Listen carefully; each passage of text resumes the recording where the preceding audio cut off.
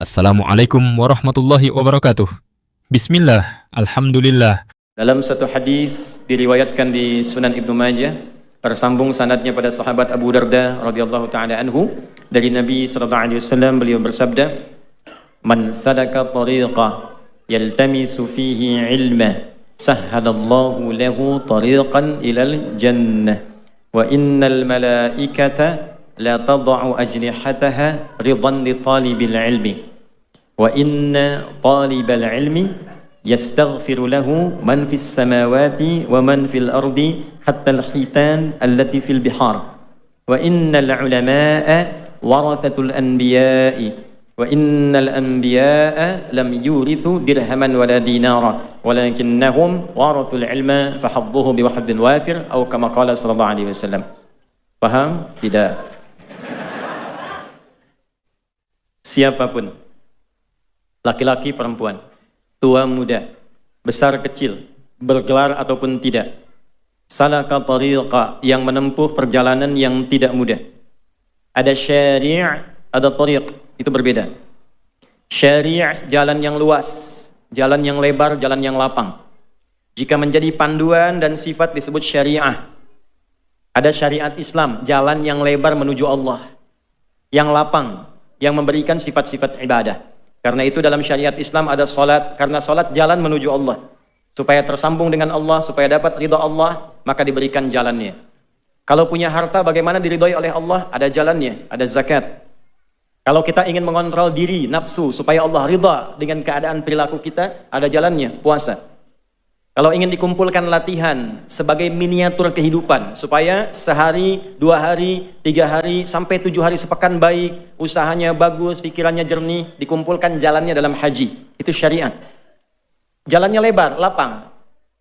Yang sekiranya belum bisa tahajud, ada duha, lapang sekali. Dari subuh ke zuhur, luas.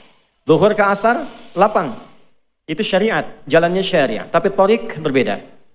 Tidak mudah. Kadang jalannya berliku, kadang macet, kadang rebutan saf, kadang juga mau masuk sudah tertutup, ya. Tapi semuanya dihitung oleh Allah melalui lisan Rasulullah SAW tanpa kecuali. Jadi tidak membedakan apakah di dalam masjid, di luar masjid, di parkiran, semua yang sudah berjuang datang ke satu tempat. Yaltamisu fihi ilma, tujuannya satu, untuk mendapatkan tambahan ilmu yang mendekatkan dia dengan Allah. Bukan ilmu biasa. Mendapatkan tambahan ilmu yang dengan itu membuat dia semakin dekat dengan Allah. Tujuannya betul-betul itu. Ya. Jadi kalaupun terpaksa harus angkat handphone memvideo, supaya ingat ada ilmu yang mendekatkan diri dengan Allah. Sahhalallahu lahu tariqan ilal jannah. Maka setiap langkahnya, lelahnya, pilunya, hartanya, keringatnya, Allah perintahkan pada malaikat, hitung semua itu, lipat gandakan untuk meringankan langkah dia menuju surga saat hisab dilakukan. Jadi ini mahal, kegiatan seperti ini investasinya mahal. Karena ini proyek akhirat bukan dunia. Ya, proyek akhirat bukan dunia.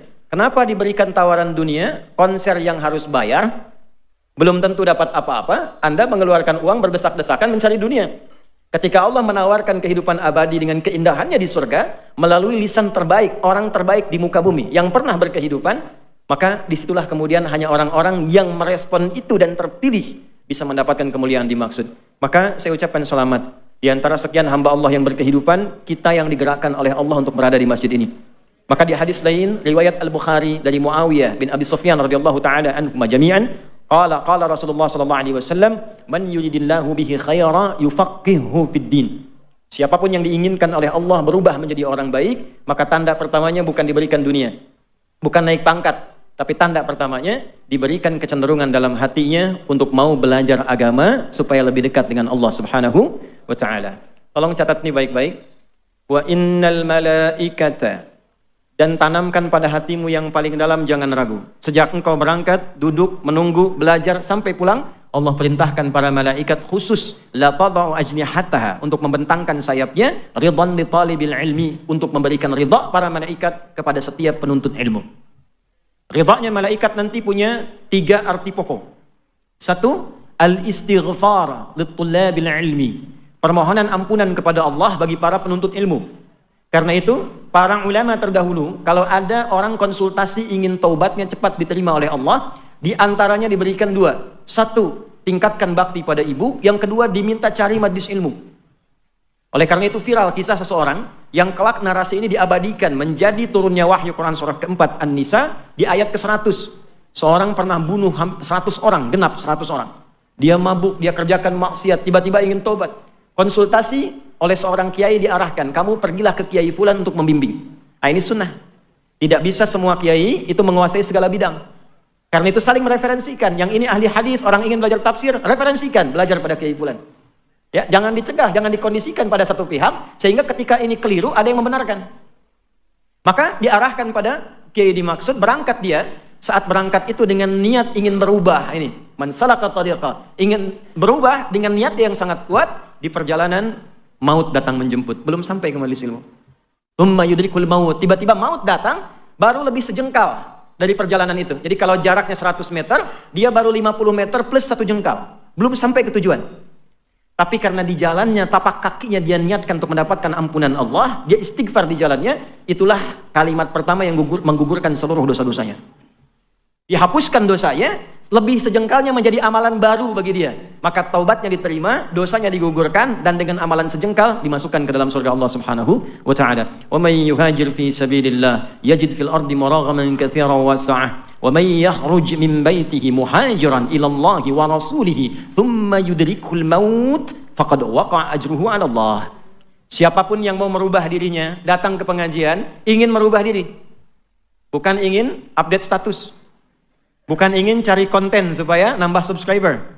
Tapi betul-betul ingin merubah diri supaya lebih dekat dengan Allah. Lalu dia berangkat. Kalau dari dia belajar berpengaruh sampai kembali dia berubah, maka Allah berikan perubahan pada dirinya. Tanda pertamanya, Allah berikan keadaan hati yang lebih tenang dari sebelumnya. Jadi kalau cari pengajian, buat yang merubah kita lebih dekat dengan Allah. Hati semakin tenang, lebih enak ibadah. Kalaulah kemudian dia meninggal, dia keluar, belum sampai ke tujuan, meninggal di tengah jalan. Tsumma yudrikul maut faqad waqa'a ajruhu 'ala Allah. Pakai fa harfu 'atfin rabitin baina syai'aini bila hudud. Huruf penyambung 2 peristiwa tanpa jeda. Peristiwa pertama berangkat dari rumah mau ngaji, peristiwa kedua datang kematian. Belum sampai meninggal. Digabungkan, saat meninggal itulah aku tuliskan. Kata Allah, aku perintahkan malaikat tuliskan pahalanya, gugurkan dosanya. Nah, ini yang menjadikan orang tadi bernilai di hadapan Allah. Sekarang saya balik tanya nih. Ada yang pernah bunuh orang nggak di sini? Mumpung ada polisi tadi itu di luar tuh. Tidak ada. Ada yang sering mabuk? Tidak ada. Ada yang zina? Tidak ada. Anda bisa bayangkan. Orang yang pernah bunuh 100 orang, kriminal hidupnya, datang ke majelis ilmu, di tengah jalan meninggal, diampuni dosa, masuk surga. Anda belum pernah bunuh orang. Tidak larut dalam kemaksiatan. Sudah ditempatkan di tempat ini. Allah yang pilih Anda. Saya nggak kenal Anda pada umumnya. Siapa yang menggerakkan Anda sampai di sini? Kalau Allah sudah berkenan Anda datang di sini dan Anda belum mau berubah, dengan cara apa lagi diarahkan jadi orang baik? Itu hal pertama yang paling penting tanamkan pada diri kita. Syukur ya akhi. Ikhwan, bersyukurlah. Alhamdulillah, siang panas, orang waktunya tidur, makan, istirahat. Anda kok mau ngaji gitu? Ada yang dari pagi di sini saya dengar. Ada yang dari subuh. Tuh. Padahal saya masih di Sidoarjo dari subuh. Ya, siapa yang gerakan Anda mau ke sini? Kalau dengan semacam itu Allah sudah gerakan, belum terfikir Anda untuk berubah, maka dengan cara apa lagi difasilitasi? Karena itulah, mari kita mulai kajian kita dengan singkat dan padat. Bagaimana membekali diri supaya lebih bersemangat untuk menjadi pribadi yang lebih baik. Inilah materi yang coba kita uraikan jika ujian itu terjadi. Itu temanya ya? Nah, maka hadapilah. Ya, demikian materi yang bisa disampaikan. Terus dia ujian terjadi kok bikin status. Nggak nyangka ya. Yang terjadi ya hadapi, selesai materi. Salah sendiri yang bikin judul dulu. Apa itu ujian? Wa ma adraka ma ujian. Bagaimana menghadapinya? Seperti apa konstruksinya? Biasanya kalau kita paham dari awalnya, mudah mengatasinya. Bapak Ibu sekalian, kita mulai dengan Al-Quran surah kita pakai Quran ya, supaya lebih gampang. Surah kedua Al-Baqarah di ayat 155 sampai 157. وقبل ذلك أريد أن أعرف إليكم جميعا لا أخشى أن أنسي في هذا الموضوع ومعنا يحضر الحمد لله إخواننا من فلسطين. Di siang hari ini kita diberikan berkah oleh Allah. Sebelum saya lupa, ada para pejuang saudara kita yang langsung datang ke sini dari Palestina. Ya. Ma'ana Sayyid al-Akh al-Fadil Ustaz Naji, Dr. Naji. Nah, ini beliau. Wa nuntikum ba'din insyaallah kalimat. Nanti kita dengar dari beliau. Ini sosok luar biasa. Wa yalihi Dr. Bilal. Ya. Ini Dr. Bilal. Ini sudah menikah ya Bu ya, Dr. Bilal ini. Dan insyaallah bisa bahasa Indonesia karena juga kuliah di ITB. Ini yang Dr. Bilal. Kemudian yalihi Dr. Ali. Syekh Ali. Assalamualaikum warahmatullahi wabarakatuh. Nah, bisanya itu aja bahasa Indonesianya nanti. يتفضل بعدين إن شاء الله نعطيكم في اللحظات الأخيرة من المحاضرة يعطي الكلمة للإخوان. Nanti kita dengar 5 menit 10 menit terakhir sebelum kita berakhir tausiah dan berdoa dari para pejuang-pejuang ini, barangkali ingin menyapa kita semua apa yang ingin disampaikan. Baik, Bapak Ibu sekalian, kita mulai Quran surah kedua Al-Baqarah di ayat 155 sampai 157. A'udzu billahi minasyaitonir rajim. Bismillahirrahmanirrahim. وَلَنَبْلُوَنَّكُمْ بِالشَّيْءِ مِنَ الْخَوْفِ وَالْجُوعِ وَنَقْصٍ مِنَ الْأَمْوَالِ وَالْأَنفُسِ وَالثَّمَرَاتِ وَبَشِّرِ الصَّابِرِينَ الَّذِينَ إِذَا أَصَابَتْهُمْ مُصِيبَةٌ قَالُوا إِنَّا لِلَّهِ وَإِنَّا إِلَيْهِ رَاجِعُونَ أُولَئِكَ teruskan ayatnya. أُولَئِكَ عَلَيْهِمْ صَلَوَاتٌ مِّن رَّبِّهِمْ وَرَحْمَةٌ وَأُولَئِكَ هُمُ الْمُهْتَدُونَ. وَلَنَبْلُوَنَّكُمْ ada pakai lamnya taukid ditambah nun taukid tsaqilah di akhirnya. Jadi kalau orang pesantren insya Allah paham. Di cara mengartikannya, dan tanamkan pada hatimu yang paling dalam. Siapapun yang menjalani hidup di dunia ini pasti akan diuji. Saya ulang ya. Tanamkan pada hatimu yang paling dalam. Siapapun yang menjalani kehidupan di muka bumi ini pasti akan diuji. Dan kalimat pastinya setelah itu menggunakan dhamirnya nahnu kembali ke Allah. Jangan diartikan jama', bukan, karena Allah itu tunggal, ahad, lam yalid walam yulad. Tunggal, ahad, ada wahid, ada ahad, itu beda. Kalau wahid satu, ada yang kedua, wahid, itsnain, talatah dan seterusnya. Kalau mau membentuk wahid jadi satu-satunya, sifatkan dengan sifat sebelumnya. Misal, Tuhan satu-satunya, sebutkan Tuhannya, tambahkan wahid. Wa ilahukum ilahu wahid, maka kalimat ilah menjadi tunggal. Tapi kalau dihilangkan, ganti ahad. Qul huwallahu ahad, satu-satunya. Maka kalau ada bentuknya na, itu artinya ta'zimun nafsi li ta'zimi sya'ni. Menghadirkan keagungan Allah untuk menunjukkan satu hal yang penting yang akan disampaikan. Jadi kalau ada yang istimewa, yang penting, itu digunakan dhamirnya nahnu. Saya ambil contoh begini. Malam Al-Qadar itu istimewa tidak? Penting tidak? Turunnya Al-Quran begitu penting. Malamnya penting. Saking pentingnya, maka digunakan dhamirnya nahnu. Inna, Quran surah 97. Inna anzalnahu fi lailatul qadar. Inna panjang, inna pendek, tambah na, asalnya begitu.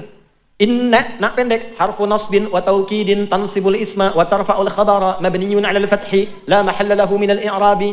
Paham? Tidak.